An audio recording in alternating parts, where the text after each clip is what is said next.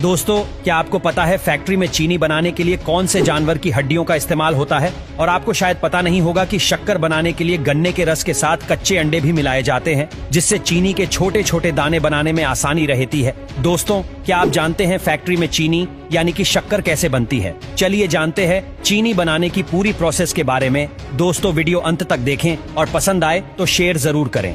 दोस्तों, चीनी बनाने की शुरुआत होती है गन्नों की फसल की शुगर फैक्ट्री में पहुंचने से, क्योंकि चीनी मुख्य रूप से शुगर किंग यानी गन्नों से बनती है। इसलिए ट्रक या ट्रॉली में लोड करके गन्ने फैक्ट्री में पहुंचते हैं, जहां पर उन्हें क्रेन मशीन की सहायता से अनलोड किया जाता है यानी उतारा जाता है और इसे श्रेडर मशीन में भेजते हैं। ये मशीन कुछ ही समय में गन्नों को कट करके बारीक फाइबर में बदल देता है, लेकिन यह है उसका जूस नहीं निकालता है। अब जो फाइबर हमें मिला है, इस फाइबर को लाइन से एक के बाद एक लगी रूरल मिल के बीच में से गुजारते हैं, जिससे फाइबर में मौजूद एक एक बूंद जूस को निकाल लिया जाता है। 2-3 रोलर से गुजरने के बाद इसमें गर्म पानी डालकर फिर से रूरल की बीच में से गुजरती है। इस तरह से 99% तक जूस निकल जाता है। अब इस फाइबर को मशीन की सहायता से छानकर अलग कर लेती है, जिसे बगासे कहते हैं। लेकिन यह बगासे वेस्ट नहीं होता, बल्कि इसी जलाकर ही फैक्ट्री की सारी ऊर्जा और बिजली बनाई जाती है। इस तरह से फैक्ट्री ऊर्जा के लिए आत्मनिर्भर हो जाती है। अब इस प्रोसेस से निकले जूस को छानकर बड़े बड़े टैंक में इकट्ठा कर लेते हैं, जिसे हम रॉ जूस कहते हैं।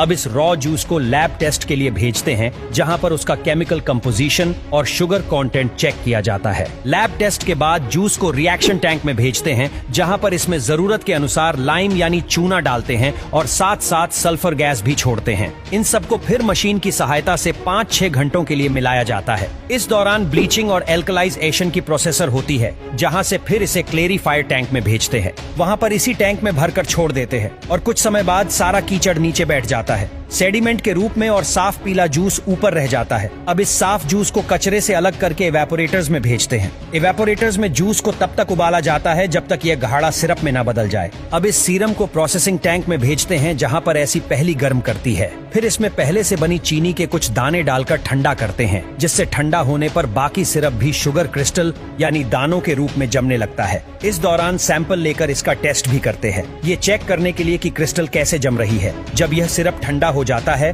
तब इसमें 2 तरह की चीजें होती हैं, शक्कर यानी शुगर की क्रिस्टल और मोलासिस। मोलासिस एक गुड़ की तरह दिखने वाला लिक्विड होता है, लेकिन यह गुड़ नहीं होता। अब इस सिरप को सीरीज में लाइन से लगी सेंट्रीफ्यूज मशीन में डालते हैं। ये मशीन 1 मिनट में 1000 से 2000 बार घूमती है। इस मशीन में एक बारी छनी लगी होती है, जिससे शुगर के क्रिस्टल बाहर नहीं निकल सकते, लेकिन मोलासिस बाहर निकल जाता है। पर इस मोलासिस भी कुछ शुगर के क्रिस्टल रह जाती है, इसलिए इस मोलासिस को भी 2-3 बार सेंट्रीफ्यूज मशीन से गुजारते हैं, जिससे ज्यादातर शुगर के क्रिस्टल निकल जाए। अब इन शुगर क्रिस्टल को इकट्ठा करके कन्वेयर की सहायता से ड्राइवर में भेजती है, जहां पर इसी हल्के गर्म वातावरण में सुखाया जाता है। अब हमें हल्के भूरे रंग की यानी ब्राउन कलर की शुगर यानी चीनी मिल जाती है, जिससे लो शुगर कहते हैं। लेकिन अभी यह उस तरह की सफेद नहीं होती जिससे सफेद चीनी का इस्तेमाल हम लोग करते हैं। उसे रिफाइंड शुगर कहते हैं। रो शुगर से रिफाइंड शुगर बनाने के लिए रो शुगर को डिस्टिल्ड वाटर यानी पानी में अच्छी तरह से घोल लेते हैं, ताकि सारे क्रिस्टल अच्छे से घुल जाए। फिर उसे सैंड एंड ग्रेवल फिल्टर से गुजारते हैं,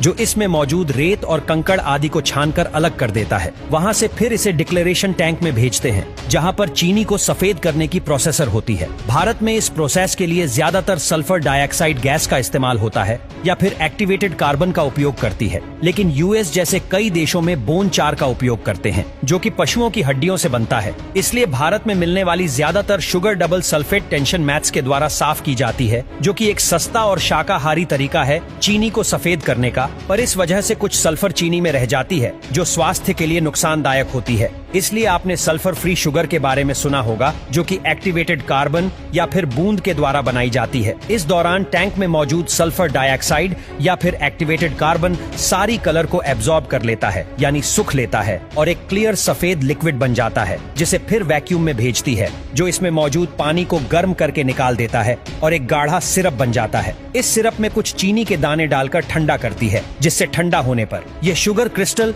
यानी दानों के रूप में जन्मने लगता है। अब एक एक बार दोबारा ऐसे ही सेंट्रीफ्यूजेस मशीन्स में डालते हैं जिसमें बारी छन्नी होती है, जिनसे चीनी यानी शुगर के क्रिस्टल नहीं निकल सकते, लेकिन पानी और मॉरिशस की बचे हुए पार्टिकल्स निकल जाते हैं क्योंकि यह मशीन बहुत तेजी से घूमती है, जिस कारण सेंट्रीफ्यूगल फोर्स जनरेट होता है और सिर्फ व्हाइट शुगर क्रिस्टल यानी सफेद चीनी के दाने रह जाती है, जिसे फिर घूमते हुए रोटेटिंग ड्राइवर मशीन में भेजते हैं, जो इसमें मौजूद नमी को अलग कर देता है और जो शुगर की स्थल यानी दाने आपस में चिपकी रहती है उन्हें भी अलग कर देता है। फिर इसे बड़ी बड़ी वाइब्रेट करती हुई छानियों के द्वारा छानकर इसे स्टोरेज टैंक में भेजते हैं, जहां पर हजारों टन शुगर को रखा जाता है, जहां से फिर इससे ऑटोमेटिक फीलिंग मशीन के द्वारा प्लास्टिक बैग्स यानी में भरती जाती है और इसके ऊपरी सिरे को सीकर पैक कर देती है, जहां से फिर से ट्रांसपोर्ट किया जाता है।